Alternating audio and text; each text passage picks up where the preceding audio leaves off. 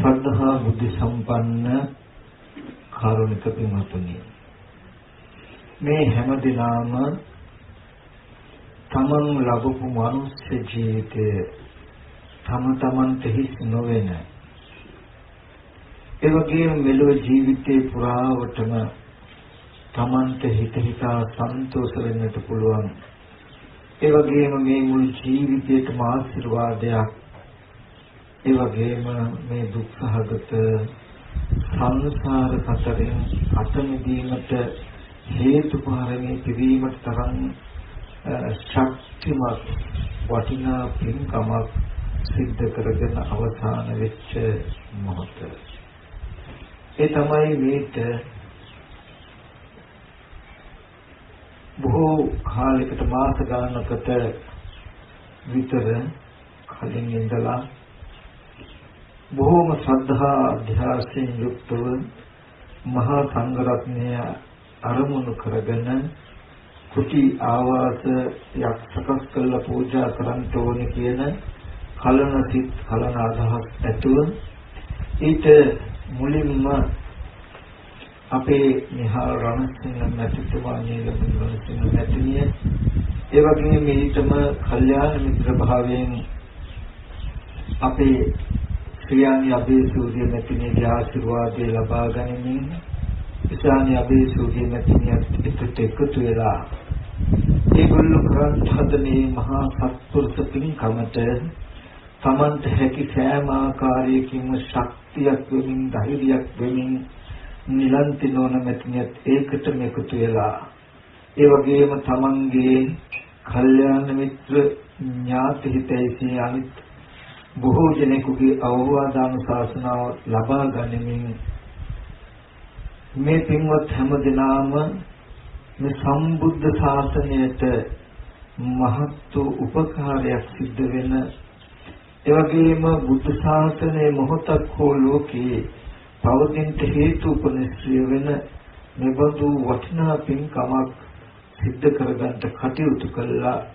ඒ පින්කම අවසන් වෙන අවස්ථාව පින්වත්නි, එදා ලෞතර බුදුරජාණන් වහන්සේ සාරා සංකේය කල්පලක්ෂයක් පෙරම් පුරලා එදා විජයශ්‍රී ජයශ්‍රී බෝධින් වහන්සේ අභිහසදී සියලු කෙලෙස් නැසල සර්වත්තා ඥානෙ ලබාගෙන මේ ඉමක් කොනක් පරක් තෙරක් නැති අනවරාග්‍ර සංසාරේ ඒ මේත් ඇවිදිමින් දුවමින් සැරිසරමින් දුක් විඳින අහිංසක ලෝකයට ඒ සත්‍ය දේශනා කළා. මේ අහිංසක ලෝක සත්‍යය නිවන් නැමැති මහා සමුද්‍රයට ගොඩනංවලා 45 වසක් මුළුල්ලේ ලෝකයේ හිත පිණිස සුව පිණිස සැප පිණිස තථාගතයන් වහන්සේගේ ජීවිතය කැප කළා. තමන් වහන්සේගේ ආයු ප්‍රමාණය ලෝකෙට සේවයක් කළා. මහා කාරුණික ලෝතර බුදුරජාණන් වහන්සේ මතු මේ ශාසනය අසුරු කරගෙන මතු පහළ වෙන්නා වූ අහිංසක සත්‍යයන්ටද නිවන් නැමැති සමුද්‍රයට යන්නට මඟ විවර කරමින් සද්ධර්මයේ නැමැති දඬු ඇට පහන් ලෝකයේ දල්වලා මහා සංඝරත්නයට ඒ සද්ධර්මයේ නැමැති දඬුවට පහන බාර දීලා පිරුම් පවදාලා. එදා ඉඳලා බුදුරජාණන් වහන්සේ සතු සියලු බුද්ධ කෘත්‍යයත් සංඝයා සතු අවශ්‍ය යුතුයකම් ටිකක් මේ සියල්ලම සිද්ධ වුණේ මහා සංඝරත්නය තුලින්. මහා සංඝරත්නය තමයි පින්වතුනි මේ ලෝකයේ තුල මේ ශාසනය එදා ඉඳලා අද දක්වාම පවත්වමින් මේ අහිංසක ලෝකයට සතර දුක්ගිනි නිවන සත්‍යධර්මයේ ලෝකයේ තුල පැවැත්වේ. ඉතින් මේ ලෝකයේ මහා සංඝරත්නය වැඩ ඉන්නවා නම් වැඩ ඉන්න තාක් බුද්ධ ශාසනයේ ලෝකේ පවතිනවා. ඉතින් මේ පින්වතුන්ගේ උදව් උපකාර මේ ශාසනයට නොලැබුණා නම් මහා සංඝරත්නයට වැඩ ඉන්න පුළුවන් කමක් නැහැ. මහා සංඝරත්නය ලෝකේ අතුරුදහන් වුණොත් පින්වතුනි බුද්ධ ශාසනය ලෝකේ අතුරුදහන් වුණා යන ගණයට යනවා. පින්වතුනි මහා සංඝරත්නය උදෙසා යම් පූජා සත්කාර කරමින් සංඝරත්නයේ බලා ගන්න එක මහා සංඝරත්නය රැක ගන්න එක කොච්චර ගරු කළා තථාගතයන් වහන්සේ සැලකුවද කියනවා නම් තථාගතයන් වහන්සේගේ සුළුම වූ බුද්ධ මාතාව යන නම ලැබූ මහා ප්‍රජාපති ගෞතමී තෙරණින් වහන්සේ භාග්‍යවතුන් වහන්සේ උදෙසාම පිළියෙල කළ සකස් කරන භාග්‍යවතුන් වහන්සේට පිළිගන්න පුචීවරය භාග්‍යවතුන් වහන්සේ පිළිගන්නේ නැතුව ගෞතමී සාංගිකව පූජා කරන්න සංඝයාට දෙන්න කියලා මතක් කළා. ගෞතමී තෙරණින් වහන්සේ මතක් කළා ස්වාමීන් භාග්‍යවතුන් වහන්සේ මේ චීවරය මම භාග්‍යවතුන් වහන්සේ උදෙසාමයි පූජා කළේ කියලා. ඒ භාග්‍යවතුන් වහන්සේ තුන්වෙනි වර දක්වාම ප්‍රතික්ෂේප කළා. පෞද්ගලික දාන මං කිසි වෙලාවක වර්ණනා කරන්නේ නැහැ. ඒ නිසා සංඝයාට පූජා කරන්නට සංඝයාට පූජා කළාම මට දායිත වෙනවා කියලා සංඝීකවම ඒ චීවරය පූජා කළා. පින්වතුනි සියලු සසර දුක අවසන් කළ මහා ප්‍රජාපති ගෞතමී තෙරණියට පින් අවශ්‍ය නැහැ. නමුත් භාග්‍යවතුන් වහන්සේ මේක අවස්ථාවක් කරගත්තා පස්චිම ජනතාවට කුසල් වැඩෙන ආකාරයට පින් කරන්නේ කොහොමද කියන එකත් ඒ තුලින් මහා සංඝරත්නයට පින්වතුන්ගේ දෙනෙත් යොමු කළා මහා සංඝරත්නයට උපස්ථාන කළා උපස්ථාන කරන්නට සකස් කිරීමක් කුමක් නිසාද මහා සංඝරත්නයට උපස්ථාන කළා මහා සංඝරත්නයේ ලෝකේ වැඩ ඉන්න තාක් බුද්ධ ශාසනයේ ලෝකේ පවතිනවා බුද්ධ ශාසනයේ ලෝකේ පවතින තාක් මේ අහිංසක ලෝකයට සසර දුක්ගිනි නිවන සත්‍යධර්මයේ පණිවිඩය ලෝකේ පවතිනවා. ඉතින් මේ සත්‍ය අන්තිමට සත්‍යධර්මයේ ආරක්ෂාවයි තථාගතයන් වහන්සේ මේ හැම දෙයක් තුළින්ම පැහැදිලි කරලා පෙන්වන්නේ. ඉතින් මේ පින්වතුන්ට මතක් කරනවා මේ පින්වතුන් මේ කළ කැපකිරීම මේ උපකාරය සම්බුද්ධ ශාසනයට කළ මහා උපකාරයක් යන ගණයට යනවා. මේ ස්ථානයන් අතුරු කරගෙන හෙට දවසේදී වේවා කවදාම දවසකදී වේවා යම් කිසි ස්වාමීන් වහන්සේ නමක් ගුණධර්මයක් වඩා වර්ධනය කරගන්නවා නම් යම් අධිගමයක් ලබනවා නම් ඒ වගේ මේ ස්ථානයන් අතුරු කරගෙන යම් ධර්මඥානයක් පහළ කරගෙන මේ ලෝකයට ඒ සද්ධර්මයේ පණිවිඩය කියලා දෙනවා නම් ඒ හැම කුසල ක්‍රියාවකටම ඒ හැම පුණ්‍ය ක්‍රියාවකටම මේ පින්වන්ත සියලු දෙනාම සහ සම්බන්ධ වෙලා තියෙනවා කියන එකත් මතක් කරනවා. ඒ වගේම පින්වත්තුනි මේ තුලින් ජනිත වෙච්ච කුසලය මෙන්න මෙච්චරයි කියලා කියන්න පුළුවන් කමක් නැහැ. අසංකේයං අප්පමෙයං වදාමි සංඛ්‍යාව ප්‍රමාණයක් කරන්න බෑ කියලා බුදුරජාණන් වහන්සේ පෙන්වන්නේ සාංගික දානයේ ඥාන සංසය. ඉතින් ඒබඳු වටිනා පින්කමක් ඔගොල්ලෝ අද දවසේදී සිද්ධ කරගත්තා. සමහර විටක ඔයගලන්ට හිතෙන්න පුළුවන් අපිට ඉතින් පින් කියලා වැඩක් නැහැ කියන එකක්. මොකද සමහර ඇත්තෝ අර්ථ දක්වන තැන් මම දැකලා තියෙනවා. පිනුත් එපා පින් කියන්නේත් අවිද්‍යාව පත්‍යයෙන් හටගන්න සංස්කාරයකට සසර දික් වෙනවා කියලා. නමුත් පින්වතුනි කිසි වෙලාවක කුසලයට සසර දික් වෙන්නේ නැහැ. පින්වතුනි කුසලයටවත් අකුසලයටවත් නෙමෙයි සසර දික් වෙන්නේ නුවණ නැතිකමටයි කියන එක මම මතක් කරනවා. මේ වගේ කුසල ධර්මයන් නිවනට උපකාරී පිණිස පවතිනවා මිසක සසර කෙටි කරගන්න උපකාරීව පවතිනවා මිසක සසර දික් කිරීම පිණිස පවතින්නේ නැහැ. ඒ වගේම කුසලයක තියෙන වටිනාකම මෙන්න මෙච්චරයි කියලා කියන්න බෑ. දවසක් බුදුරජාණන් වහන්සේ දේශනා කරනවා මහණෙනි මේ පින කියන ධර්මතාවය හරිම බල සම්පන්නයි. හරිම අද්භූතයි ආශ්චර්යයි.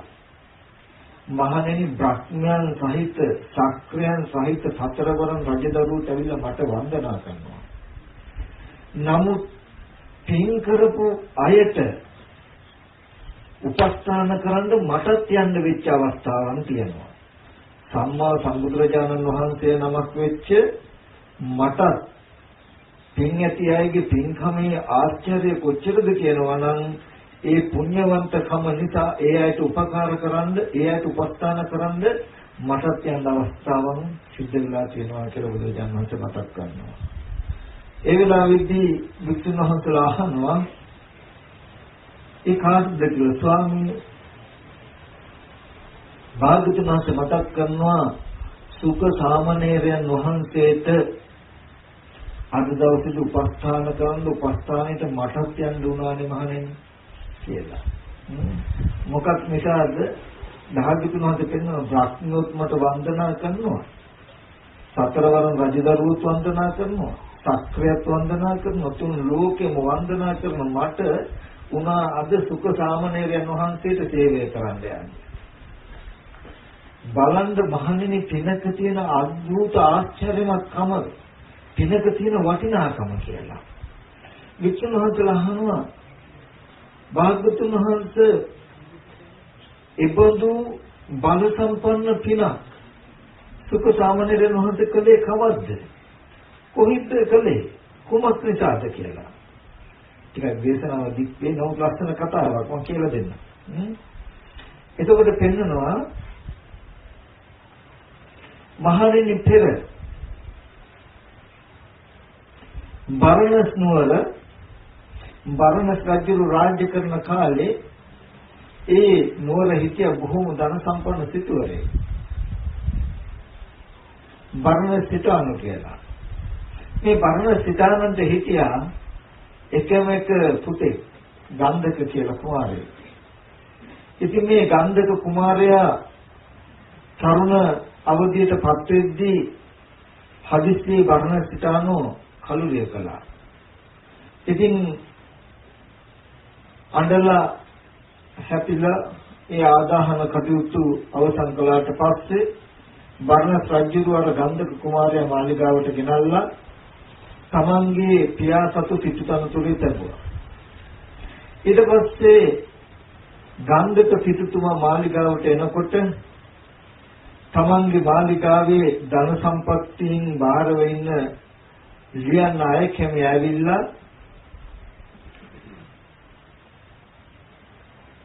එතුම සතු වස්තුව දීපොළ එතුමට පෙන්වුවා.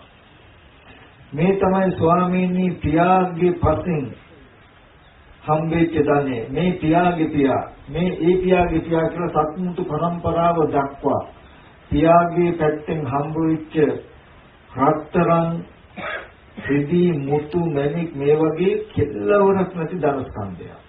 ගණන් කරන්න පවා අසීරු. ඒ පාර අනිත් පැත්තෙන් පෙන්වුවා මේ තමයි මව්පසින් හත්මුතු පරම්පරාව දක්වා ඔබට වුණු වෙච්ච ධනෙ. ස්වාමීනි මේ සියලු ධන ස්කන්ධයේ හිමිය දැන් ඔබ වහන්සේ මේක පරිහරණය කරන්නට කියලා මතක් කළා. ඒ වෙලාවේදී මේ ගන්ධක සිතානු කල්පනා කරනවා මගේ පියාගේ ඉඳලා හත්මුතු පරම්පරාව දක්වාත් මවගේ ඉඳලා හත්මුතු පරම්පරාව දක්වාත් මහ විශාල ධනස්කන්ධයක් හොයලා ගොඩ ගහලා ඒ කිසිම දෙයක් ගන්න නැතුව ඒ අය ඔක්කොම හිස්සතේ මිය පරලෝ ගියා. මහ විශාල ධනස්කන්ධයක් ගොඩ ගහලා දැන් මල් ළඟට ආවා. ඉතින් මමත් කවදා හරි දවසක ගොඩ ගහලා තියලා යන්න තමයි වෙන්නේ. නමුත් මම එච්චර මෝඩ වෙන්නේ නැහැ. එච්චර මෝඩ වෙන්න හොඳ නැහැ. ඒ දෙමව්පියෝ ඒ ධනෙ හොයලා හත්මුතු පරම්පරාව දක්වා ගොඩ ගහලා ගියාට මම ගොඩ ගහලා යන්නේ නැතු යනකොට අරගෙන යනවා. යනකොට අරගෙන යනවා වගේ එයා කල්පනා කළා එයාගේ හැටියට එහෙනම් මම මොකද කරන්නේ? මේ හම්බ වෙච්ච මේසා විශාල ධනය විය පැහැදම් කළා ලෝභ නැතුව හොඳට කෑවනම් බිව්වනම් අරගෙන ගියා වගේ තමයි කියලා තමයි මෙයාට හිතුනේ. ඉතින් ඒක අනුශාසනා කරන්න කෙනෙකුත් නැහැ. ඒ පාර මෙයා මොකද කරන්නේ? දැන් කොහොම හරි අනිත් අය වගේ ගොඩ ගහන්නේ හොඳට කාලා බිල හිටියොත් මේ ධනෙ අරගෙන ගියා වගේ තමයි කියන අදහසත් හින්දා මසුරන් ලක්ෂයක් දීලා ආහාර පාන වළඳන්න පළඟක් ගන්නක් හැදුවා. මසුරන් ලක්ෂයක් දීලා ආහාර වළඳන්න ආසනයක් හැදුවා. මසුරන් ලක්ෂයක් වේදන් කළා ආහාර වළඳන උඩුමහන් තලාවක් හැදුවා. මසුරන් ලක්ෂයක් වේදන් කළ නාන තොටක් හැදුවා. මසුරන් ලක්ෂයක් වේදන් කළා එතන ඉඳගෙන නාන්න ආසනයක් හැදුවා. මේ වගේ මහ විශාල විදිහට ධනෙ විය පැහැදන් කළා තමන්ට පහසු විවරණේ හදාගත්තා. ඒකම හැමදාම දවසකට එක වේලකට මසුරන් ලක්ෂයක් වැය කරනවා. ආය කැමියට අරක් කැමියට දෙනවා මේ මසුරන් ලක්ෂයම වියදම් කළා. බොහොම මිහිරියට සුවඳට ලෝකේ කාටවත් නැති විදිහට මට භෝජනය හදලා දෙන්න ඕනේ කියලා. ඒ හදන භෝජනය කොච්චරද කියනවනම් යොදුන් ගණනක් දුරට සුවඳ දැනෙනවා කියනවා. ඊට පස්සේ මේ සිටුතුමාගේ ආශ්චර්යය කොච්චරද කියනවනම් මේ ගන්ධක සිටුතුමා ආහාර පාන ගන්න හදනකොට නුවර පුරාවට අඬදර ගහනවා ගන්ධක සිටුතුමා බත් කන හැටි බලන් දෙන්න කියලා. ඉතින් මුලින් නම් මිනිස්සු hina වෙවි ආවා කෙනෙක් බත් කනවා කියන එක බලන් දොයි තරම් දෙයක්ද කියලා. ඇවිල්ලා බලනකොට ඇත්තට මේක බලන්න තරම් දෙයක්. ආශ්චර්යයක්. ඉතින් පහුවෙන්ද මේ අඬදරේ ඇහෙන හැම දවසකම මිනිස්සු ඇවිල්ලා රැස් වෙනවා. එතකොට පේන්නේ. එතකොට මෙහි ගහනවා. මෙහි පිට මෙහි ගහලා සෙනග වට වෙලා බලාගෙන ඉන්නවා. ලක්ෂ ගණනක් සෙනග මැද්දේ තමයි සිටුතුමා පත් එක කන්නේ. ගන්ධක සිටුතුමා ආහාර පාන ගන්න. ඔය කාලෙදී බරණස් නුවර එක්තරා සාමාන්‍ය මිනිසෙක් ඉන්නවා. ඒ මිනිස්යාගේ යාළුවෙක් ඉන්නවා පිටිසර ගමක. ඒ පිටිසර ගම මිනිසයා කිසියම් කටයුත්තක් සඳහා බර්ණස් නුවරට එනවා. ඇවිල්ලා ඒ බර්ණස් නුවර යාළුවගේ ගෙදර අර පිටිසර මිනිසයා ඉන්නකොට දෙක සද්දයක් ඇහෙනවා. අර බර්ණස් නුවර මිනිසයාගෙන් පිටිසර ගම මිනිසයා අහන මොකක්ද මේ දෙක සද්දේ? ආයි අපේ ගන්ධක සිටුතුමා බත් කන හැටි බලන් දෙන්න කියලා. අයියෝ බත් කන හැටි බලන් දෙන්න කියලා අඬබෙර ගහන්න දෙයක් තියෙනවද? ඇත්තටම අඬබෙර ගහලා හරි පෙන්වන්න තරම් සුදුසු දෙයක්. ඒකනම් එසේ මෙසේ ආශ්චර්යයක් නෙමෙයි කියලා වර්ණනා කළාම අපිත් යන්න බලන්න. හා යන් කියලා දැන් පිටිසර ගම්වැසි මිනිස්සයයි බර්ණස් නුවර මිනිස්සයයි අර සෙනග තලයට එකතු වෙලා ගිහිල්ලා දැන් ගන්ධක සිටුතුමා බත් කන හැටි බලනවා. දැන් මුඩුමහන් තලයට ගිහිල්ලා ලක්ෂයක් වටිනා තලිය අරගෙන අතට ලක්ෂයකින් නිම වෙච්ච ආසනයේ ඉඳගෙන ලක්ෂයකින් නිම වෙච්ච බත අරගෙන අනුභව කරනවා. කනකොට මේකේ සුවඳ ඉන්න වැච්චරට වේදෙනවා. දැන් මේ සුවඳ ආග්‍රහණය කරපු අර පිටිසර ගම්වැසි මිනිස්සයාට මොන විදිහටවත් ඉන්න බෑ. පිටිසර ගම්වැසි මිනිස්සයා කියන බර්ණස් සිතානන්ට ධර්මස් පුරුෂයාට ඒක නෙමෙයි යාළුවේ. මට මේ සිටුතුමාගේ එකෙන් එක බක්කටක් ඉල්ලලා දෙන්න බැයිද? එපා ඉල්ලන්නේ ඉල්ලුවට නම් දෙන්නේ අපි කී දහහක් බලාගෙන ඉන්නවද එක එක දෙන්න කියත් ඔක දෙන්න වෙන්නේ නැහැ. එහෙනම් දෙන්නේ නැහැ ඉල්ලන්න එපා. ඊට පස්සේ ආපහු කරදර කරනවා මට මාව මැරෙයි කියලා හිතනවා මට මේකෙන් බක්කටක් හම්බුනේ නැත්තම් ඒ හින්දා මට කොහොම හරි බක්කටක් කියලා දෙන්න කියනවා. කරදර කරන හින්දාම කියනවා කතා කරලා අර පුරුෂයා බොහොම අමාරුවෙන් අකමැතින් ඉස්සරහට ගිහිල්ලා ජයශ්‍රී දේවා පිටුතුමනේ කියලා කියනවා શબ્ද කළා. ਉਹ ඇයි කියනවා මගේ මේ පිටිසර ගම්වැසි යාළුවෙක් ඇවිල්ලා ඉන්නවා. මේ යාළුවා බොහෝම අසරණයි. ඒ වගේම බොහොම පිටිසර ගමක නොදියුණු කෙනෙක්. ඉතින් එයා මේ බර්ණස් නුවර කෙනෙක් නෙමෙයි. එයාට පිටුතුමුනි ඔබතුමාගේ බත් එකෙන් බත් හටක් කන්න කැමතියි කියනවා.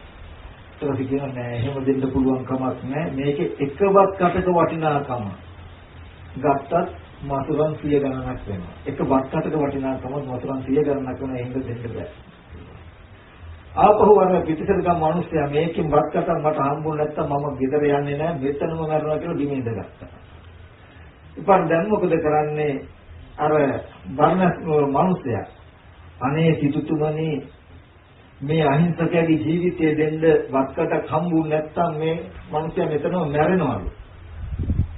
ඉතින් ඒක මහා අපරාධයක්. මේ අහිංසකයාගේ ජීවිතය දෙන්න කියලා මතක් කළා.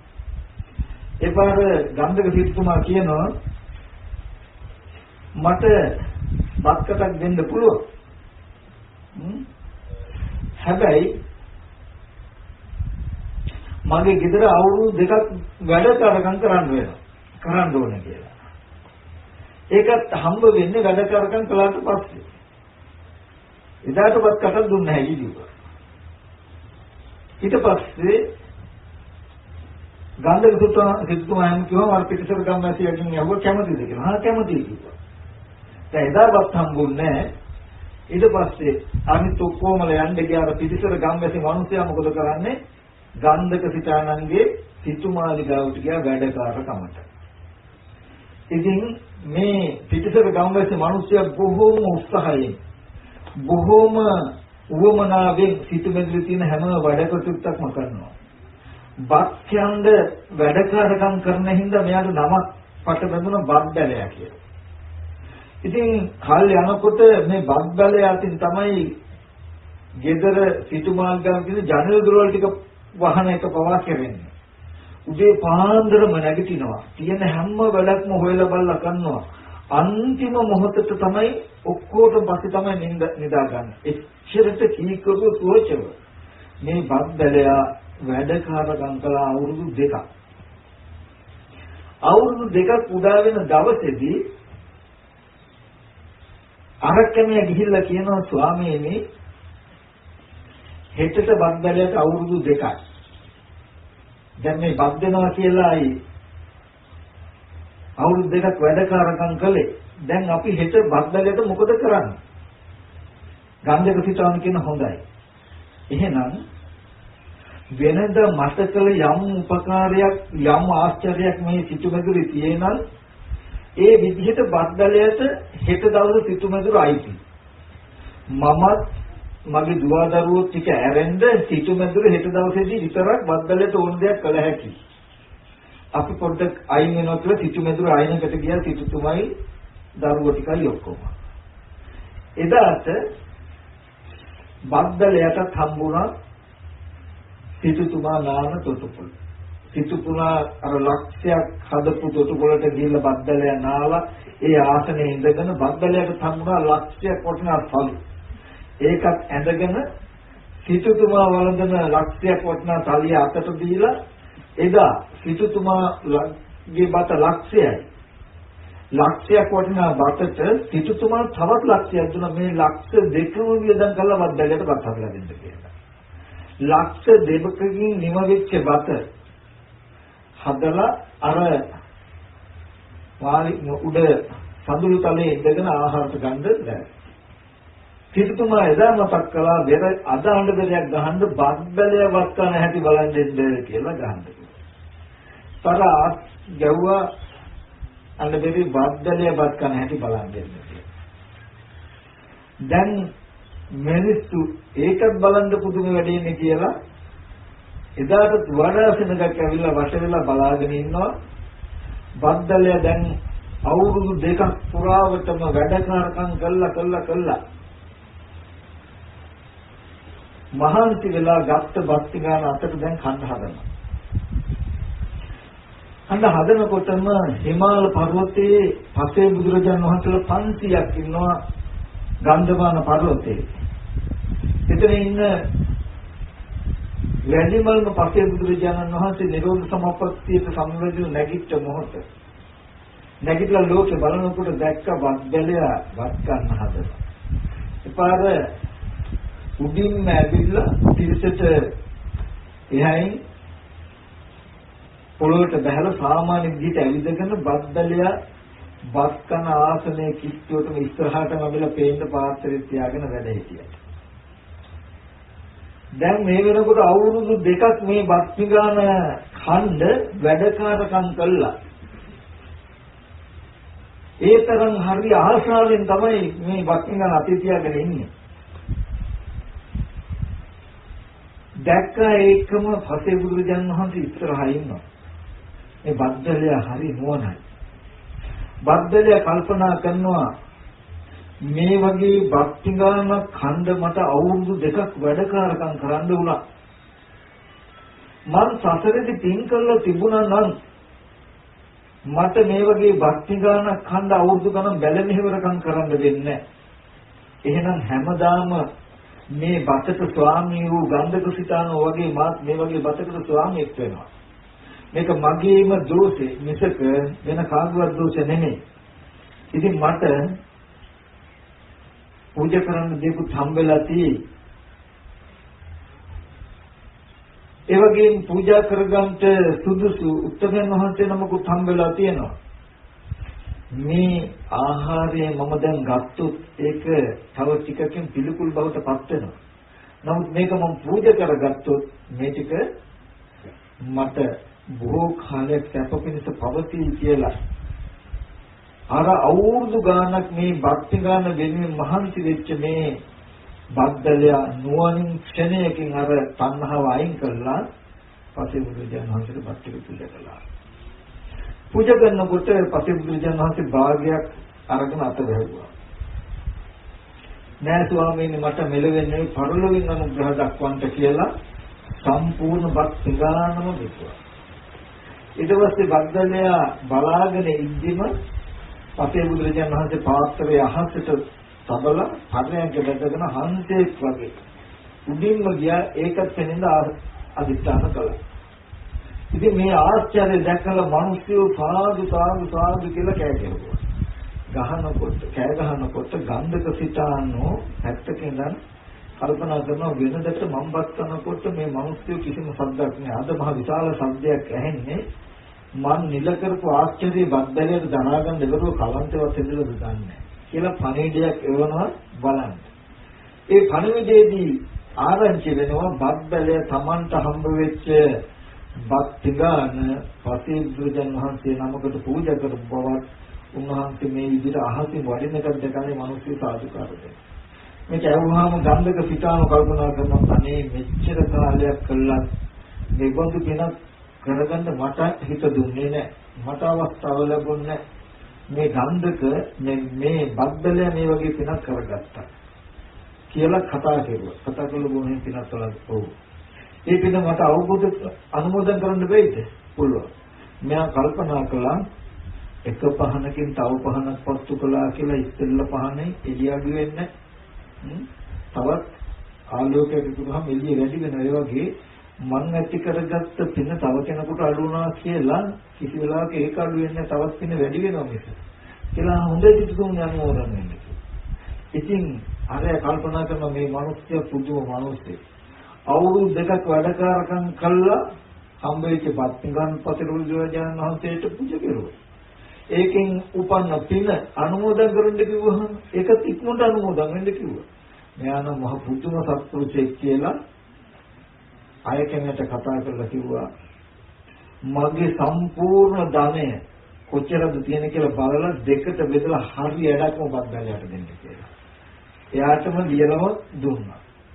ඊට රජුරවන්ට ආරංචි වෙලා රජුරව මොකද කරන්නේ තවත් ධනයක් දීලා සිටුවරු වෙන්න ජීවිතයෙන් ඉඩමකුයි මාලිගාවකුයි දීලා හිතුදනතර පොදුන බද්දල සිතාන වුණා. දැන් බද්දල සිතානේ ගන්ධක සිතානේ දෙන යාළුවෝ කර්මානුරූපව පින්දහම් කළා දිව්‍ය ලෝකෙ ගියා. ගිහිල්ලා අපේ බුදුරජාණන් වහන්සේගේ කාලේ සරියුත් මහ රහතන් වහන්සේට උපස්ථාන කරන කුලයක උපන්නා. ඒ ළමයා උපන්න දවසේ ඉඳලා දෙමව්පියන්ගේ ඉඳලා මුළු පවුලම සම්පූර්ණ එකම සැප විමානයක්. අම්මටවත් තාත්තටවත් කිසිම කෙනෙකුට කවදාවත් දුක් මාත්‍රයක්වත් නැහැ. භව භෝග ධන සම්පත්තියෙන් චුට්ටක් අඩුවක් නැහැ. ඉතින් මේ දරුවගේ පුණ්‍ය තේජස නිසා දෙමෝපිය හිතාගෙන මේ ළමයා හරි පින්වන්තයි ලොකු වෙලා මේ ළමයා යම් පැත්තකට යන්න කැමති නම් අපි බාධා කරන්නේ ඒ පැත්තට යවන්න.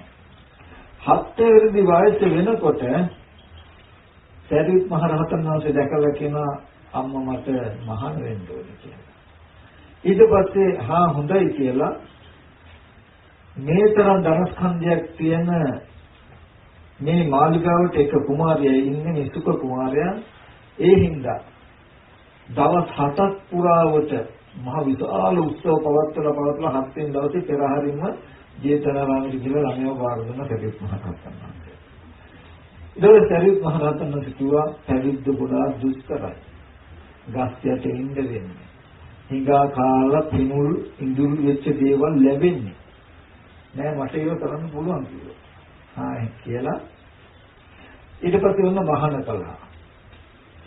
මහාන කළ දවසක් පින්දපාත යනකොට කුඹුර වලට වතුර හරවනවා මිනිස්සු. ඉතින් මෙයා දැකලා නැහැ. අර මොකද කරන්නේ? බලන්ද සුඛ සාමණේරයන් වහන්සේ මේ මිනිස්සු වතුර ගෙනියනවා කුඹුර වලට. වතුරට හිටෙත් නැහැ. හිටෙත් තියෙන මිනිස්සු Tamanට ඕන විදිහට වතුර හරවගෙන යනවා. ඒ වගේම කම්මලක් දැකලා යකඩ වලට හිටෙත් නැහැ. හිටෙත් තියෙන මිනිස්සු ඇදට තියෙන යකඩ හදලා අවියවුද හදා ගන්නවා. වඩුව කර්මාන්තයක් දැකලා වඩුවක් දැකලා ලී දිගෑරලා වඩුව හදා ගන්නවා. ඒ වගේ නුවණැති සත්වයෝ හිත හදා ගන්නවා කියලා අනුශාසනා කළාම පින්ඩපාත යන එකත් නතර කළා භාවනා කරන්න ගියා. භාවනා කරන්න යනකොට මෙයාගේ පුණ්‍ය තේජසට සක්‍රාගේ පාණ්ඩු කොම්බල සල්ලාසේ නෙවුණා. මෙයාගේ භාවනාවට කිසිම කරදරයක් එන්නේ නැති වෙන්න. සතරවරම් රජදරුවන්ව තැබුවා 4 කොනේ. සක්‍ර දෙවිය දොරටු ගාව මොරක්කලා. එතකොට දැන් සරියුත් මහ රහතන් වහන්සේ පින්දපාත ගිහිල්ලා ඉක්මනට එනවා පොඩි හාමුදුරන්ට දාන දෙන්න. හැබැයි පොඩි හාමුදුරන් හිත සමාධි වෙලා තව ටිකකින් මේ සමාධිය විදෙන සරියුත් මහ රහතන් වහන්සේ භාවනාවට බාධා කරනවා. බුදුරජාණන් වහන්සේ කල්පනා කළා දුක්ඛ සාමණේරයන්ට පස්සන්ට මමත් යන්න ඕනේ කියලා. බුදුරජාණන් වහන්සේත් මොකද කරන්නේ? දුක්ඛ සාමණේරයන් වහන්සේ කුටි ඉස්සරහට ගිහලා කිසි කෙනෙකුට එන්න දෙන්නේ නැතුව ගේට්ටුව ගාවටලා ඉන්නවා. සරියුත් මහ රහතන් වහන්සේ ආවම සරියුත් මහ රහතන් වහන්සේට ඇතුළට යන්න බැරි විදිහට මග අවුරගෙන භාග්‍යවතුන් වහන්සේ මොකද කරන්නේ? සරියුත් මහ රහතන් වහන්සේ ඇතුළට යන්න බැරි විදිහට ප්‍රාර්ථනා අහනවා. අහනේවට උත්තර දුන්නාම ඒවම ඇහිලා සුඛ සාමණේර වහන්සේ රහත් වෙනවා. රහත් වුණා කියලා දැක්කහම බුදුරජාණන් වහන්සේ අයින් වෙලා ආපහු ගන්ධ කුටියට වඩිනවා. ඒක තමයි බුදුරජාණන් වහන්සේ මතක් කළේ පින් ඇති අයට උපස්ථානයට අද මටත් යන්න ඕනා කියලා. ඒක සුඛ සාමණේරයන් වහන්සේගේ පිනට බුදුරජාණන් වහන්සේට උපස්ථාන කරන්න යන්න ඕනා කියලා. ඉතින් මම මේ කතාව ගත්තේ එක කාරණාවකට. මේ පින කියන එක ලේසි දෙයක් නෙමෙයි. මේ පින්වතුන් හොඳට බලන්න මේ සුඛ සාමණේරයන් වහන්සේ කල්ප ගණන දුකයි කියන වචනවත් අහන්න නැතුව ලෝකෙ තුල චපුවත් ඉඳලා නිවන් දකින ජීවිතේ සම්මා සම්බුදුරජාණන් වහන්සේ නමකගෙන් පවා උපස්ථාන ලබන්න තරම් අධිකතර පුණ්‍ය තේජසක් ඇති කරගත්ත වික්ෂුන් වහන්සේ කුඩා සාමණේරයන් වහන්සේ නමක් වුණා. මොකද ඒකට හේතුව? අන්නාග බද්දල වෙලා හිටපු කාලේ පස්සේ බුදුරජාණන් වහන්සේට පූජා කරපු එකම එක භක්ති ගාන නිසා. පින්වත්නි හොඳට හිතුවොත් ඔයගලන්ට හිතෙන්න පුළුවන් බද්දලය එක භක්ති ගානක් පූජා කළා මේ තරම් පිනක් සිද්ධ කරගත්තා කියලා නෑ. බද්දලය පූජා කළේ භක්ති ගානක් නෙමෙයි. පින්වත්නි අවුරුදු 2ක තමන්ගේ ජීවිතයයි පසේ බුදුරජාණන් වහන්සේට පූජා කළේ. ඒ භක්ති ගාන හැටියට නිර්මාණය වෙලා තින්නේ තමන්ගේ අවුරුදු ගානක ජීවිතය. තමන් ජීවත් වුණේ ඒ සඳහා. ඒක මතක් කළේ මහා සංඝරත්නය උදෙසා මේ වගේ ආවාසයක් සකස් කරනකොට ඕගලන්ට පෙනෙන සමහරට මහා සංඝරත්නය උදෙසා පූජා කරන ආවාස ගෘහයක් වෙන්න පුළුවන්. නමුත් මේ තියෙන්නේ අවුරුදු ගානක කීප දෙනෙකුගේ ජීවිතය. මේ ආවාසය හදන්න, ඒ මිල මුදල් එකතු කරන්න රෑ දවල් දෙකේ මහන්සි වෙලා මාස කීයක් ගෙවෙන්නේ නැද්ද? දවස් කීයක් ගෙවන්නේ නැද්ද? අවුරුදු කීයක් ගෙවන්නේ නැද්ද? කියන්නේ අවුරුදු ගානක සත්පුරුෂ කීප දෙනෙකුගේ ජීවිතයේ මේක බැලුවයිමට අපිට පේන්නේ මහා සංඝරත්නය පූජා කරන කුටියක් කියලා. කුටියක් තමයි. බද්දලයාගේ බක්තිගාන ලෙසින් පෙනී සිටිය බද්දලයාගේ අවුරුදු ගානක ජීවිතය වගේ මේ කුටියක් හැටියට පෙනෙන්නේ අවුරුදු ගානක කෙනෙකුගේ ජීවිතය, ඔයගොල්ලන්ගේ ජීවිතය. අර බද්දලයා කළ පූජාවයි මේ පූජාවයි අතර කිසිදු වෙනසක් නැහැ.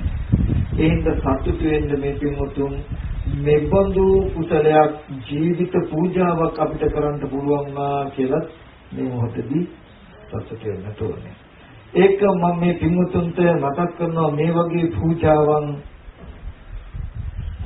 කරමින් එපමණකින් නතර වෙන්නට එපා.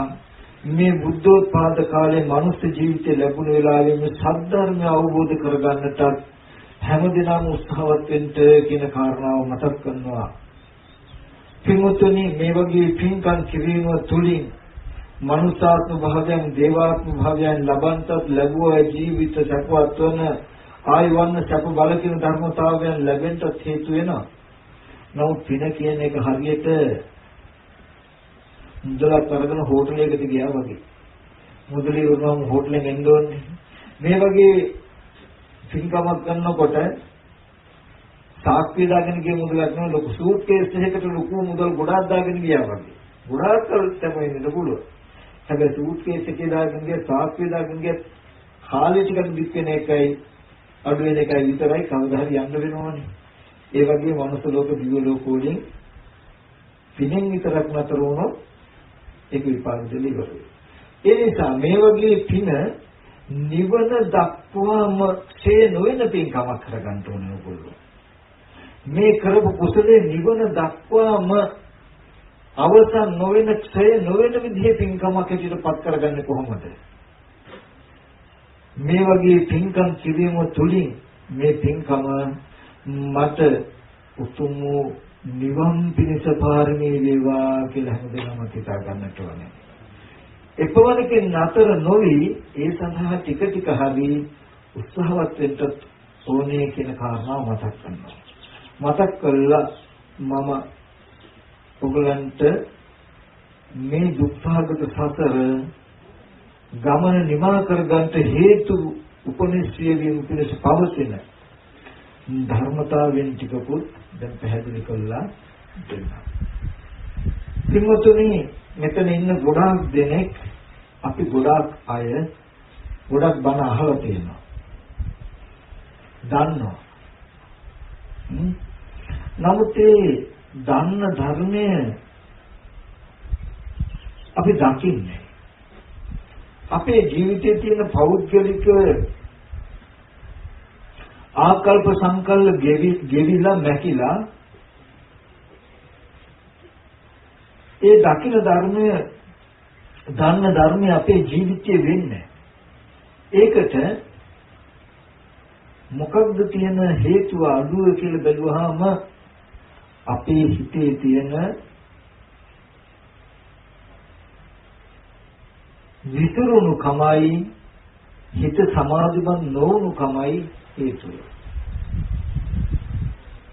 එහෙම වෙන්න හේතුව අපි හැමෝම ආර්ය ශ්‍රාංග මාර්ගයේ යම් යම් තැන් ගරු කළා බර කළා වාසය කරනවා ජීවත් වෙනවා.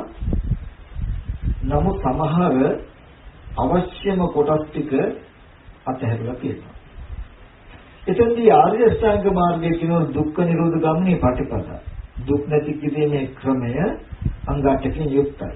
සම්මා දිට්ඨි සම්මා සංකප්ප සම්මා වාචා කම්මන්ත ආජීව වායාම සති සමාධි කියලා අංගයකින් යුක්තයි. එතකොට මේ ආර්ය ශ්‍රාංග මාර්ගය සම්මා දිට්ඨි සංකප්ප දෙක ප්‍රඥා වාචා කම්මන්ත ආජීව කියන අංග තුන සීලය වායාම සති සමාධි කියන්නේ සමාධිය. ප්‍රඥා සීල සමාධි. එතකොට ආර්ය අෂ්ටාංග මාර්ගයේ තියෙන්නේ ප්‍රඥා සීල සමාධි කියන විදිහටද සීල සමාධි ප්‍රඥා කියන විදිහට. අපි අහලා තියෙන්නේ නම් සීල සමාධි ප්‍රඥා කියලා. නමුත් මේක තියෙන්නේ කොහොමද?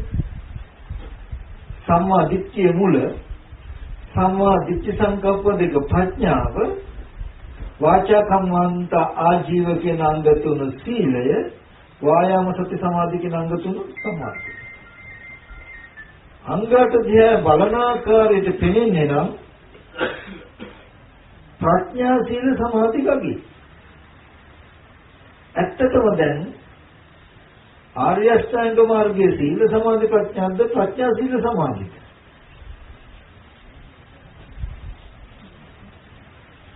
ඒ කාරණාව අපි හොයාගන්න ඕනේ. ඇත්තටම ආර්ය අෂ්ටාංග මාර්ගයේ සීල සමාධි ප්‍රඥා.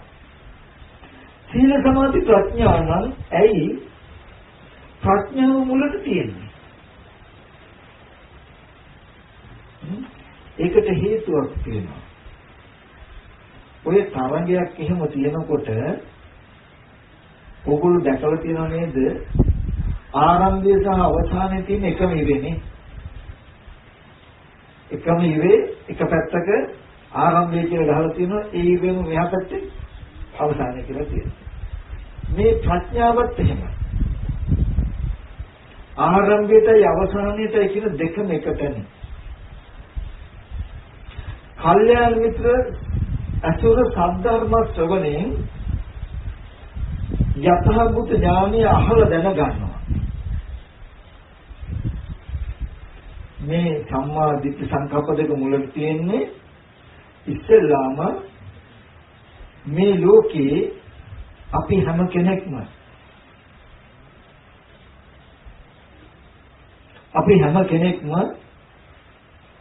අවිද්‍යාව නැමැති විතර කටුවක් ඇතුලේ උපන්න අය. අපි හැම කෙනෙක්ම ජීවත් වෙන්නේ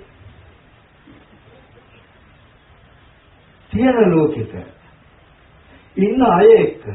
ඒ කියන්නේ නිට්ටයයි සැපයි ආත්මයි කියන මානසික මට්ටමකින් තමයි අපි ජීවත් වෙන්නේ. ලෝතර බුදුරජාණන් වහන්සේලා ලෝකේ පහළ වෙන්නේ මේ ලෝකෙ තුල හැමදාම පවතුන ඒ ලෝකයා නොදකින ඇත්තක් තියෙනවා.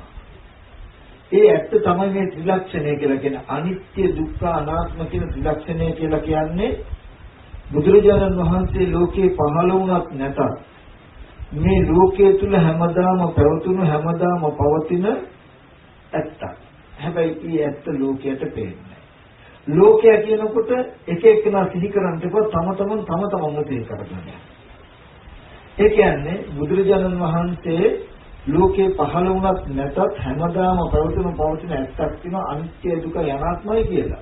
ඒක ඔබට පේන්නේ නිට්ටයයි සැපයි ආත්මයි කියලා. ඒ කියන්නේ ඕගොල්ලන්ට ඇහින් යමක් දැක්කොත් රූප දැකපු ඇහින් දැකපු රූප හටගෙන නැති වෙලා කියලා පේනවද? නෑ. දැකපු ඇහැ තියෙනවා ඇහින් දැකපු රූපත් තියෙනවා වගේ. කනින් ශබ්දයක් ඇහුවොත් ශබ්ද අහපු කනින් අහපු ශබ්ද ඇති බවටයි තියෙන්නේ.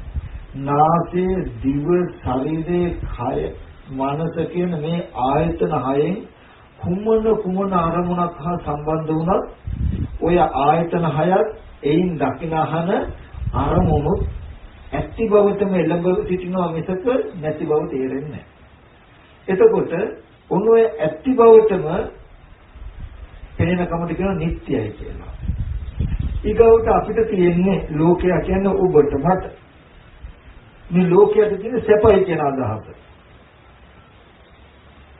මොකද්ද? රන් රිදී මුතු මැණික් යාන වාහන ඉඩකඩ මිල මුදල් ධ්‍රුව දරුව මේ වගේ වස්තු තියෙනවා. මේවා අසුරු කළාම ජීවිතේ සැපවත් වෙනවා. මේවා ලබාගෙන සුවසේ සැපසේ ඉන්න පුළුවන් කියන අදහසකුයි අපිට තියෙන්නේ. දකින්න හැම දෙයක්ම තියෙනවා කියන තැනකින් ඒ වගේම නොඑක් අරමුණු ලබාගෙන සැපවත් වෙන්න පුළුවන් බොහෝ දේ යාන වාහන ගොඩනැගිලි මාලිගා ඉඩකඩම් තියෙනවා කියන අදහසක් අපිට තියෙනවා. ඊට පස්සේ ආත්මය ඇහැකන දිවනාස්ය ශරීරය කියන මේ ටික මම කියලා මේක මගේ කියලා ඒ මට තව සත්‍ය පුද්ගලයෝ හම්බ වෙනවා පෙනෙනවා කියලා තමයි තේරෙන්නේ. නිට්ටයයි සැපයි ආත්මයි කියන හැඟීම තමයි ඔබටත් මටත් තියෙන්නේ. හැබැයි ඒක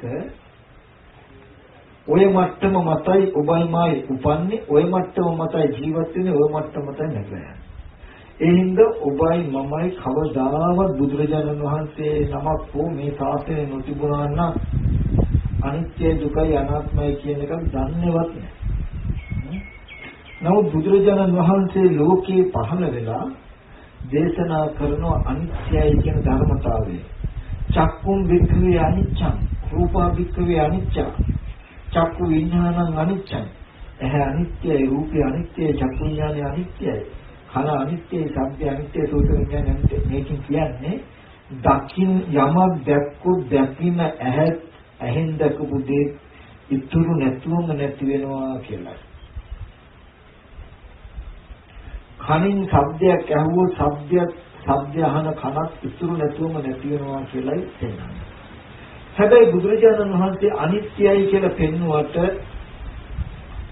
මේ අනිත්‍යයි කියන වචනේ පෙන්වන්නේ හොඳට මතක තබා ගන්න දකින අහන හැම දෙයක්ම නැවත දකින්න අහන්න පුළුවන් මට්ටමට තියනවා කියලා නිත්‍ය සංඥාවක් පවතින ඔබටයි මටයි අනිත්‍යයි කියන වචනේ තථාගතයන් වහන්සේ දේශනා කරන්නේ.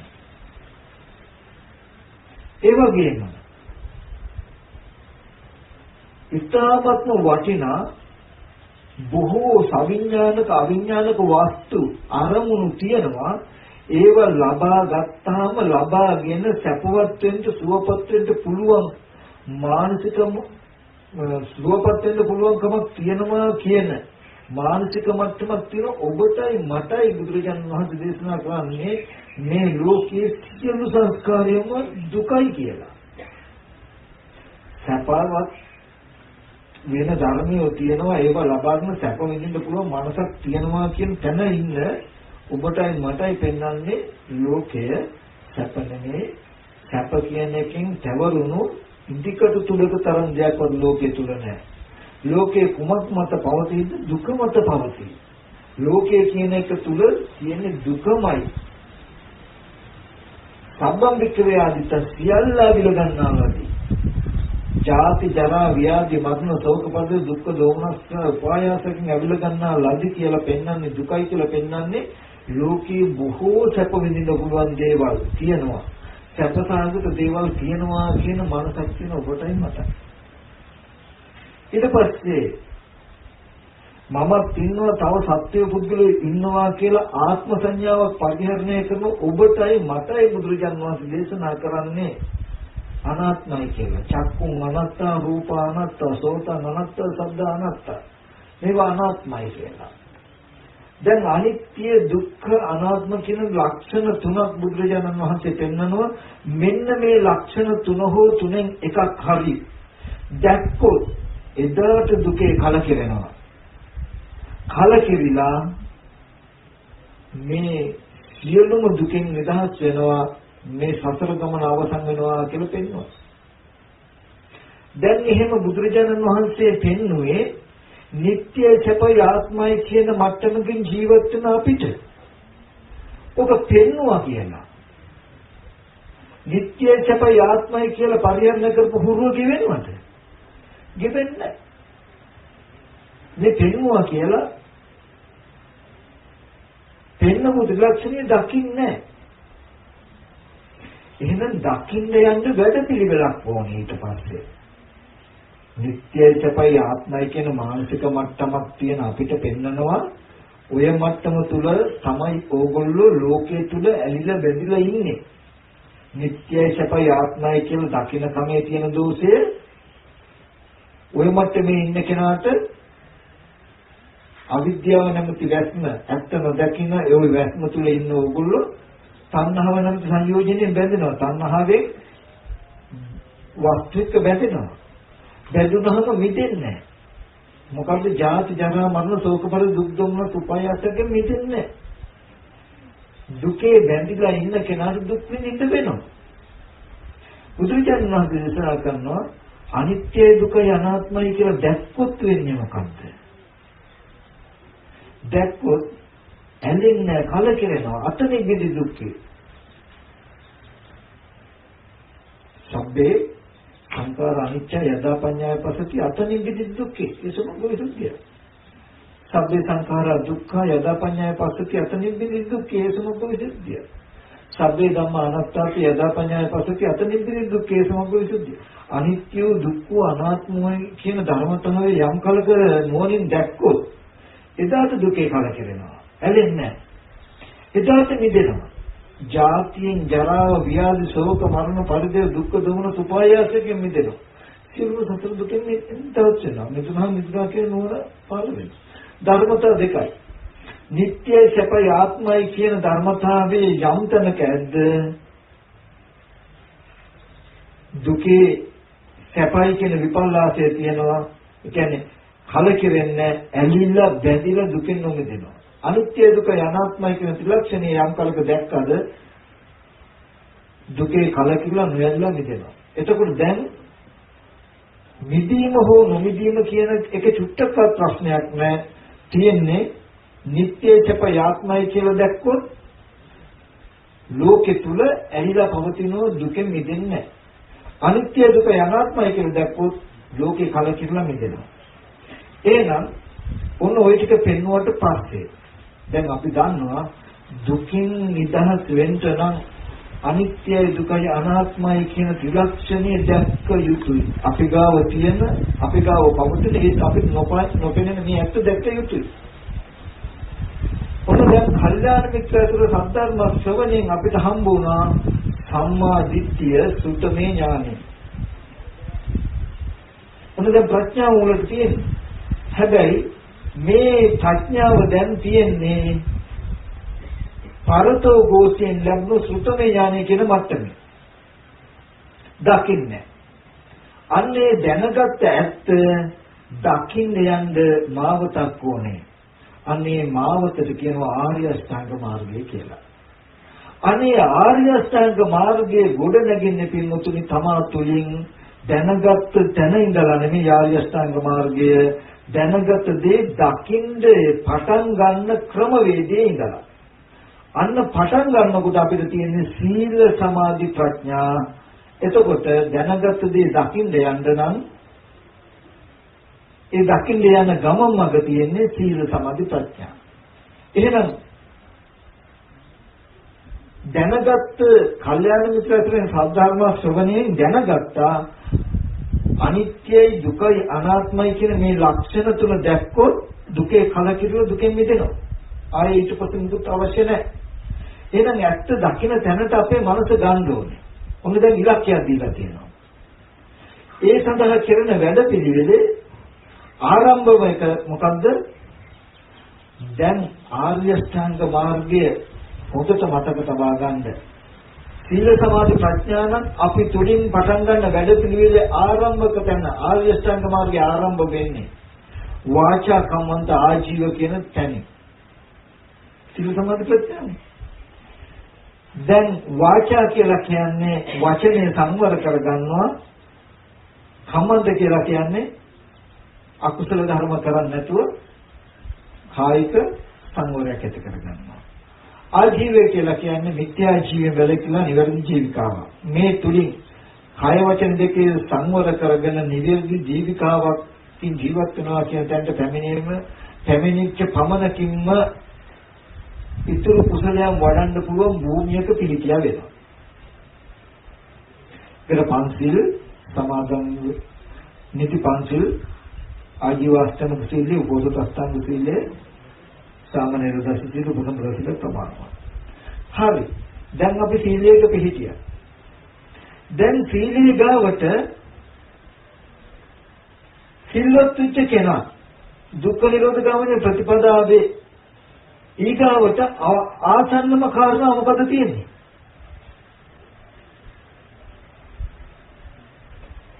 ආර්ය අෂ්ටාංග මාර්ගයේ සීල සමාධි ප්‍රඥානේ. මොකද සම්මා දිට්ඨිය කියන එක කල්යාණ මිත්‍ර ඇතුළ සද්ධර්ම ක්‍රමයෙන් අපිට ඉලක්කයක් ලැබුණා. මෙන්න මේ ඇත්ත දැක්ක දවසට දුකෙන් නිදහස් වෙනවා. මෙන්න මෙහෙම ඇත්තක් තියෙනවා, ඇත්ත පෙන්නවා. මේ ඇත්ත දැක්කොත්, මේ ත්‍රිලක්ෂණය දැක්කොත් එදාට දුකෙන් නිදහස් වෙනවා කියලා කල්යාණ මිත්‍ර ඇතුළේ සද්ධර්ම ශ්‍රවණයෙන් අහන්න ලැබුණා. දැන් එහෙනම් අපිට තියෙන්නේ කල්යාණ මිත්‍රයෝ පෙන්නපු යම් දර්ශනයක් පෙන්වන මේ දර්ශනයට පැමිණීමත් එක්කම දුකෙන් නිදහස් වෙනවා කියලා එතෙන්ට පැමිණෙන්නයි අපිට තියෙන්නේ. පැමිණෙන්න කරන වැඩ පිළිවෙලේ මුලටම හම් වෙන්නේ අපිට මොකද්ද? Taman තුලින් සීල සමාධි ප්‍රඥා නම් ඉස්සෙල්ලාම අපිට ආර්ය අෂ්ටාංග මාර්ගයේ සපයා ගන්න තියෙන්නේ සීලයට අවශ්‍ය කාරණා ටික. සිල්වත් වෙච්ච කෙනා ඊගාවට උත්සාහවත් වෙන්න ඕනේ මොකේද? සීලේ ගාවට තියෙන මොකද්ද? සමාධිය. සමාධියට ආර්ය අෂ්ටාංග මාර්ගයේ තියෙන අංග මොකද්ද? වායාම සති සමාධි නම්. දැන් වාචා සම්මන්ත ආජීව ගාවට ඊගාවට ළඟම තියෙන අංග දෙක මොකද්ද? වායාම සති කියන කාරණා දෙකේ හික්මුනාම හිත සමාධි වෙනවා. එහෙනම් දැන් සීලයක පිළිපිච්ච කෙනා ආර්ය අෂ්ටාංග මාර්ගයේ වඩනවා කියලා බොහෝ සෙයින් ප්‍රධාන තැන දෙන්න ඕනේ කොතෙන්ද? දර්ශනයටද? නෑ, වාචා කම්මන්ත ආජීව වායාම සති සමාධි කියන අංග තුනේ කටයුතු කරන්න. මොකද සීල සමාධි ප්‍රඥානේ. සීල ප්‍රඥා අපි ගොඩක් දුරට කරන්නේ මොකද? සීල ප්‍රඥා සමාධි විදියට. ඒ කියන්නේ සීලයක පිළිතලා දැනගත්ත අහගත්ත දර්ශනය මුත්තට හිතනවා. මොකද ඒක හිතනකොට කෙලෙස් අඩු වෙලා හිත සමාධි වෙයි, ඇත්තක් පෙනෙයි කියලා. එහෙම ඇත්ත බලනකොට කෙලෙස් අඩු වෙලා හිත සමාධි වෙනවා නම් එතකොට වෙන්නේ සීල ප්‍රඥා සමාධිය. නමුත් බුදුරජාණන් වහන්සේ දෙන්නේ සීලයක පිළිතලා වායාම සති කියන අංග දෙක උදව් කරගෙන හිත සමාධි කරන්නේ. ඒක මේ සීලයට කියන මොකද? සමාධි සංවත්තනික සීලය.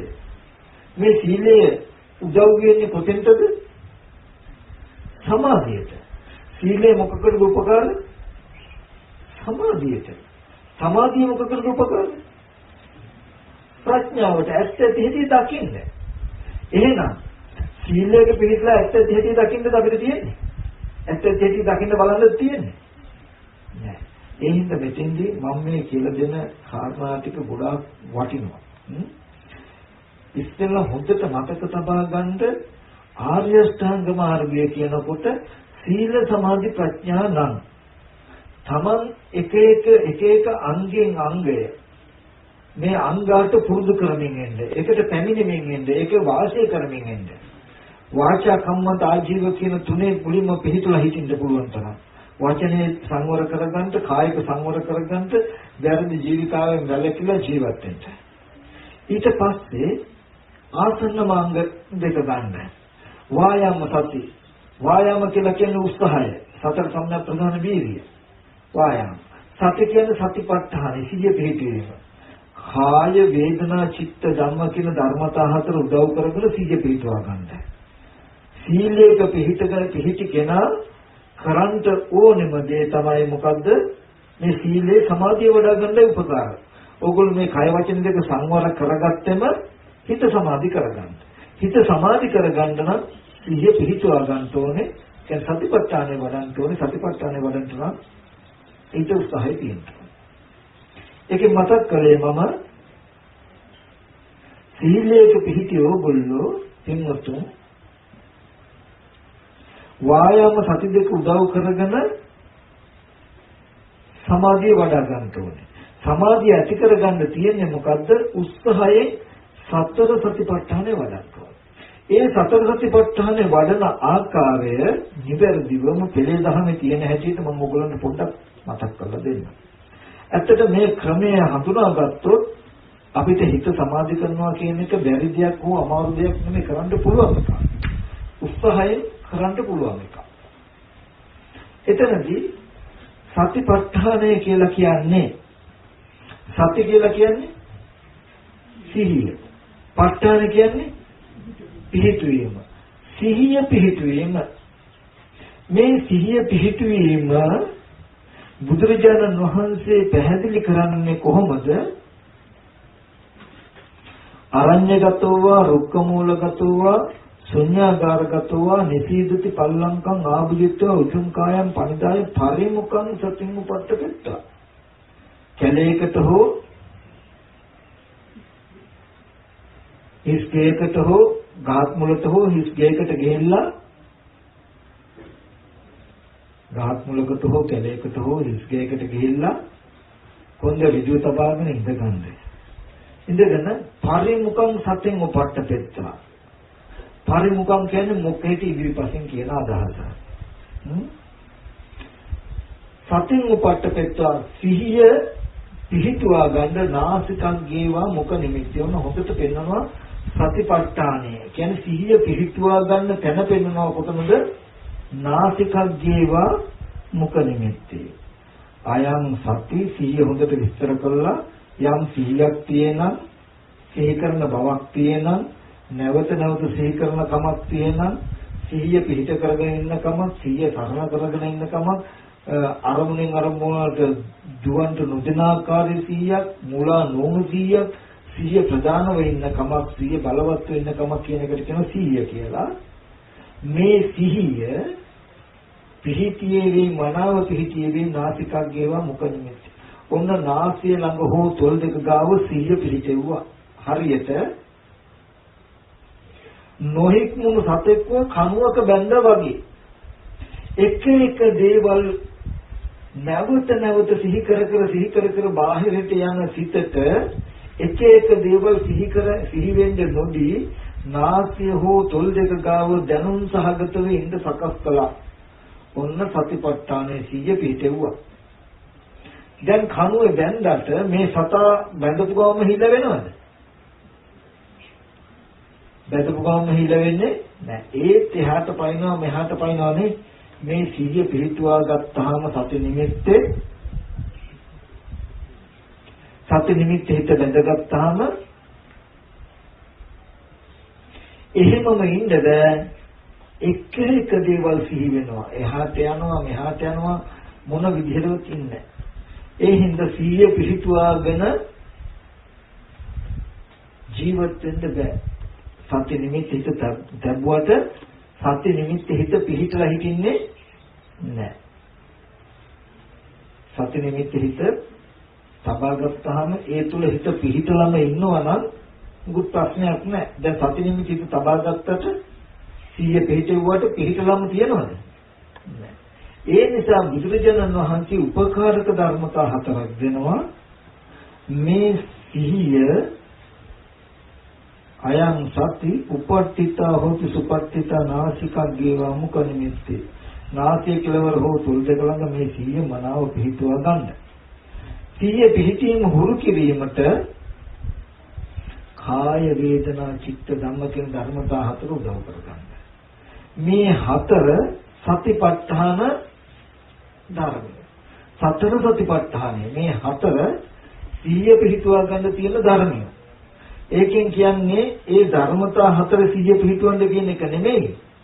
මේ සිහිය දැන් අද ඕගොල්ලෝ ගාව සිහිය පිහිටලා තියනවද? ඒ නාසය හෝ තොල් දෙක ගාව හිත කොහාටවත් යන්නේ නැතුව ඒ සති නිමිත්තේ සමත නිමිත්තේ හිත සිහිය හොඳට පිහිටලා තියනවද? නැහැ. ඒකට සිහිය පිහිටුවා ගන්න ධර්මතා හතරක්. ඔය සිහිය පිහිටුවා ගන්න හැටි පෙන්නලා ඊට පස්සේ පෙන්නන ඔය විදිහට සත්‍ය නිමිති හිත තියාගෙන සිහියෙන්ම ආස්වාද ප්‍රස්වාසය ගැන නුවණින් ඉන්න. ආස්වාද ප්‍රස්වාසය ගැන නුවණින් ඉන්නකොට මොකද වෙන්නේ? මේ සත්‍ය නිමිති තුල හිත බැඳී පවතින කම ටිකෙන් ටික දියුණු වෙනවා. හිත අහකට යන්නේ. ඕගොල්ලෝ විනාඩි 15ක් හරි සිහියෙන්ම ඉඳගෙන ආස්වාද ප්‍රස්වාස කළොත් ආස්වාද ප්‍රස්වාසයේ මානසිකාර්ය අයින් වෙයි. නමුත් විනාඩි 15ක් සිහියෙන් සත්‍ය නිමිති තුල හිත පුහුණු වෙයි. ඊට පස්සේ සති නිමිත්තේ සිත පිහිටුවාගෙන සිහිය පිහිටුවාගෙන නුවණින් කුණුප කොටස් 32 බලන්න. කුණුප කොටස් ටික බලනකොට කය අනුව නුවණින් බලනවා. හැම වෙලාවෙම සිහිය පිහිටුවා ගන්න සති නිමිත්තේ කය අනුව නුවණින් බලනවා. සිහිය පිහිටුවාගෙන වේදනාව අනුව නුවණින් බලනවා. සිහිය පිහිටුවාගෙන සිත අනුව නුවණින් බලනවා. සිහිය පිහිටුවාගෙන ධර්මාරමණයෙන් අනුව නුවණින් බලනවා. කය අනුව වේදනාව අනුව සිත අනුව ධර්මය අනුව සිහිය පිහිටුවන්නේ නැහැ.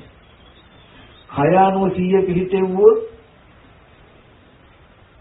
වේදනාවට හිත යොමු කරනකොට කය අනුව සිහිය පිහිටුපේක නැහැ. ඒ සිහිය පිහිටුපු නිමිත්ත නැති වෙනවා. සිතට යොමු වෙනකොට වේදනාව සිහිය පිහිටුවොත් ඒ සිහිය පිහිටීම නැති වෙනවා. එහෙම වුණොත් උගලට පිහිට හිතේ දැනක් නැති වෙනවා. මේක මම මතක් කරන්නේ ගොඩාක් වටින තැනක්. අපේ හිත අද දවසේදී අලු ගොඩකට පොල්ලෙන් ගහුවා වගේ විසිරිලා තියෙනවා. මේ විසිරෙන ගතිය නතර වෙන්න හිත එක තැනකට හුරු කරන්න නිමිත්තක් හදා ගන්න. වායාම සති කියලා කියන්නේ උත්සාහය එක තැනකට සිහිය එකඟ කරනවා. සිහිය පිහිටුවා ගන්න. වායාම සති උත්සාහය මොකකටද? එක තැනකට සිහිය පිහිටුවා ගන්න. මේ විදිහට සතිපට්ඨානය වඩනවා. සිහිය පිහිටවීම වඩන්න. කාය වේදනා චිත්ත ධම්ම කියන ධර්මතා හතර උදව් කරගෙන මේ සති නිමිත්තේ හිත පිහිටුවා ගන්න එක වඩනකොට හිත දවසින් දවස සිතේ පිහිටීම වැඩි දියුණු වෙනවා. ඕගොල්ලන්ටම ඒක දකින්න පුළුවන්. අද සති නිමිත්තේ හිත පිහිටුවාගෙන හිත කොහාටවත් යන්න දෙන්නේ නැහැ කියලා හොඳ වමනාවේ නාසය හෝ තොල් දෙක ගාව සිහියෙන් හිත පිහිටුවාගෙන නුවණින් කය හෝ වේදනාව හෝ හිත හෝ ධර්මාරම්මණය බලමින් ඉන්නවා. නුවණින් බලනවා සිහිය පිහිටුවාගෙන ඉන්නේ සති නිමිත්තේ. ඔහොම ටිකක් උත්සාහවත් වුණොත් හෙට දවසේ භාවනා කරන්න පටන් ගත්තොත් ඕගොල්ලන්ට වෙනසක් තේරෙයි. ඊට වඩා අද සති නිමිත්තේ හිත ගැදී පවතින හුරුව වැඩි. අහකට යන ගතිය ආදී. ඊගාව දවසේදී ඒ දවස් දෙකටම වඩා සති නිමිත්තේ හිත ගැදී පවතින ගතිය වැඩි.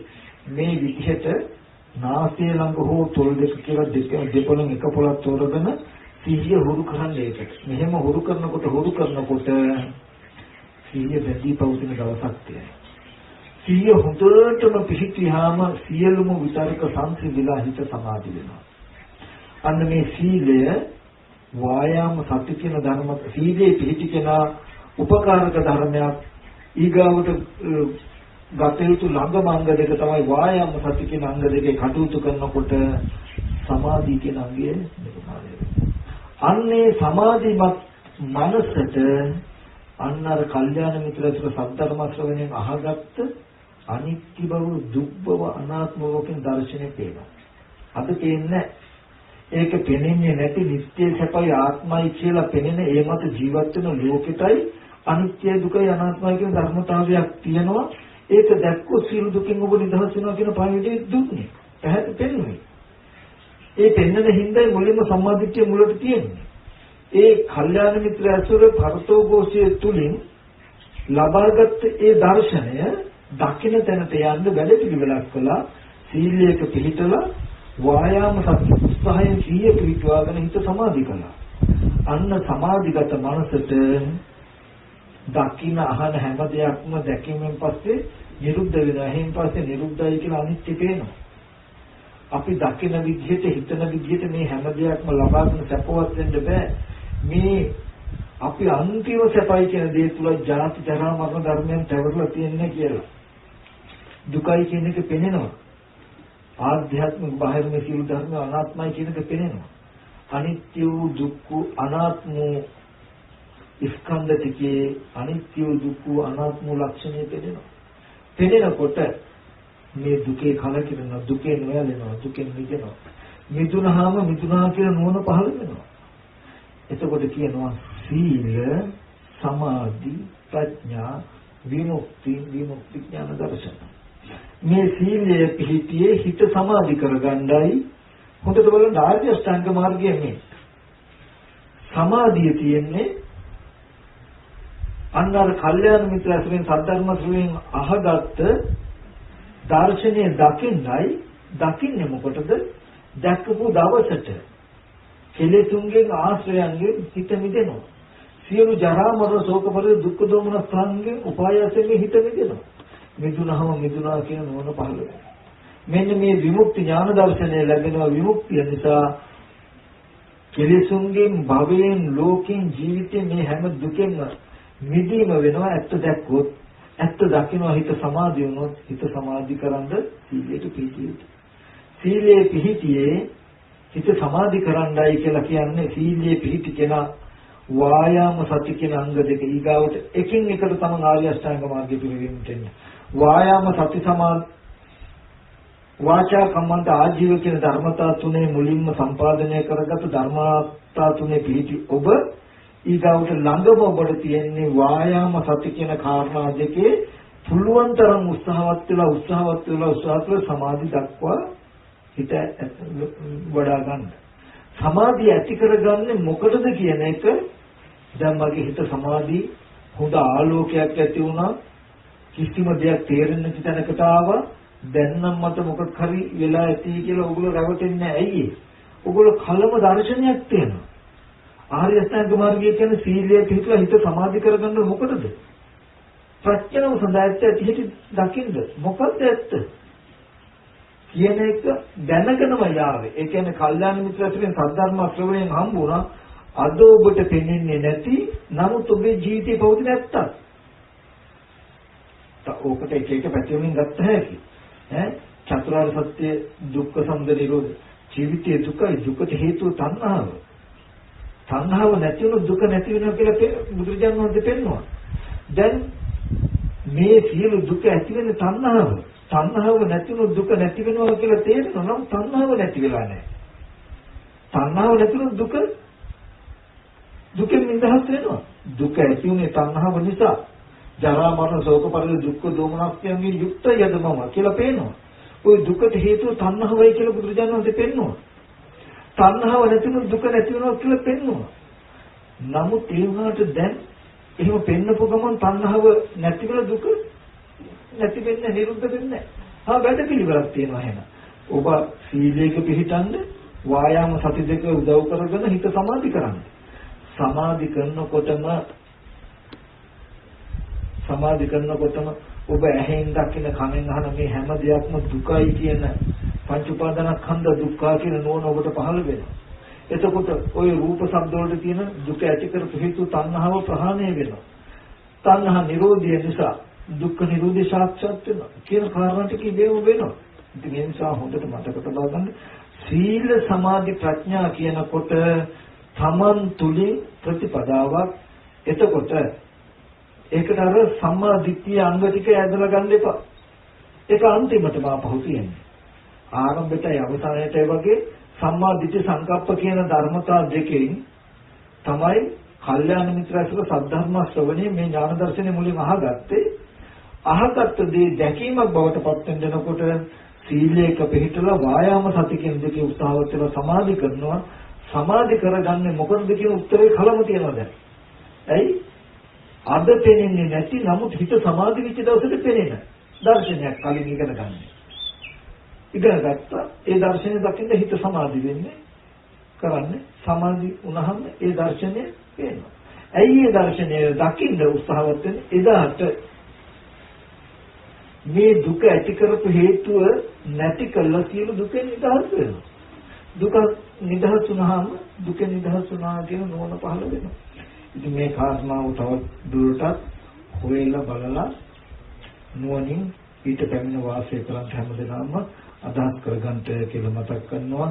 ඉතින් හැමදෙනාම කල්පනා කරගන්න ඕනේ තමන්ගේ ජීවිත ගොඩාක් කාලයක් සූපත් වෙන සපවත් වෙන මහා වටිනා පින්කමක් අද දවසේදී හැමදෙනාම සිද්ධ කරගත්තා. ඉතින් අපි මේ සියලු කුසල ධර්මයන් තුළින්ද කුසල ධර්මයන් තුළින් ජනිත වෙච්ච කුසලයන්ද ඒ වගේම මේ ධර්ම ශ්‍රවණය තුළින් ජනිත වෙච්ච සියලු කුසලයන්ද අනුමෝදන් කටයුතු සෑම වලට අපි අනුමෝදන් කරමු. මේ පින්වතුන් අවුරුදු ගානක තමන්ගේ ජීවිතය වියදම් කළා මහා සංඝරත්නය උදෙසා මනාව දැකුම් කළු විදිහට ඒ ආවාසය කුටි ආවාසයන් නිර්මාණය කළා සංඝ සතු කළා පූජා කළා ඒකට දැකලා බලලා දායකත්වයේ දෙමින් තව උදව් උපකාර කළා බොහෝ තුන්තුන් ඉන්නවා ඒ වගේම මේ ආවාසය ඇතුළේදී ලඝු ගරු භාණ්ඩ සකස් කිරීමේදී උදව් කළ පිරිසකුත් ඉන්නවා ඒ වගේම අද මහා සංඝරත්නයේ සද්ධර්මයේ අවබෝධය ලබා දෙන්නට සද්ධර්මය දේශනා කරන්නට ඉදාවස්ථාවක් සලසලා දෙන්න බොහෝ ශ්‍රද්ධාවෙන් අපේ වෛද්‍ය තුෂාර මහත්මයා ඇතුළු පිරිස ධර්මාසනයකට හදලා පූජා කරලා තියෙන මේ අවස්ථාවේදී ඒක සිහිපත් කරනවා. ඉතින් මේ ධර්මාසනේ අද පොඩි අපහසුතාවක් නිසා මම වැඩ නොහිටියත් මේ ධර්මාසනේ වැඩ ඉඳලා යම් ස්වාමීන් වහන්සේ නමක් බණ පදයක් හරි අහිංසක ලෝකයට කියලා දෙන වාරයක් ගන්න අපේ තුෂාර මැතිතුමාටත් ඒකට උදව් උපකාර වෙච්ච සියලු දෙනාටත් සිද්ධ වෙනවා. ඉතින් මේ ආවාස සකස් කළ සාංගික පූජා කරන පින්කමට තුෂාර මහත්මයා ඒ ධර්මාසනයක් සකස් කළා පිළියෙල කළා අද දවසේදී ඊටම සහ සම්බන්ධ වුණා මේ පින්වතුන්ට ධර්මාසනය හදලා පූජා කිරීමේ පිනට අනුමෝදන් වෙන්න තුෂාර මහත්මයාට කුටියක් හදලා සාංගික කළා පූජා කිරීමේ පිනට සම්බන්ධ වෙන්න අවස්ථාව තියෙනවා. ඉතින් එතකොට පින්කම දෙපැත්තටම මහා බලගත් පින්කමක් වෙයි. ඉතින් මේ අවස්ථාවේදී හැමදෙනාම එකතු වෙලා මේ වගේ වටිනා පින්කම් රාශියක් කරගත්තා. කල්පනා කරගන්න මේ සීල ආකාරයෙන් පහල කරගත්ත සීල කුසලයන් ලෝකීය සම්බුද්ධ ශාසනයක් මේ පින්වතුන්වත් මේ පින්වතුන්ගේ ජීවන දරුවා රැකරක්ෂා දිස්ත්‍රාන්ත අධිග්‍රහිතෝ ශාසනවම් පිෂ්ඨකාරක සීල දෙවියෝද මේ ආරණ්‍ය ශ්‍රේෂ්ඨයට අධිග්‍රහිතෝ මේ ගාම ශ්‍රේෂ්ඨ අධිග්‍රහිතෝ යම් ගේ දේවගණ සම්‍යක් සිටිනන්ගේ සීල දෙවියෝද මේ පින් අනුමෝදන් වෙත්වා දෙවියන්ගේ දිවිසිර වඩා වර්ධනය කරගැනීමෙන් දෙවියන් පතන බෝධිකින් මුතුන් වෙනසෙත්වා දෙවියන්ගේ ආරක්ෂාවද මේ පින්වතුන් කෙරෙහි නිබඳව නිරතුරුව ලබා දෙත්වා කියන අදහසින් සාදු නාදයකින් දෙවියන්ට පින් අනුමෝදන් කරන්නට හොඳයි. පිරුවන් සරණයි.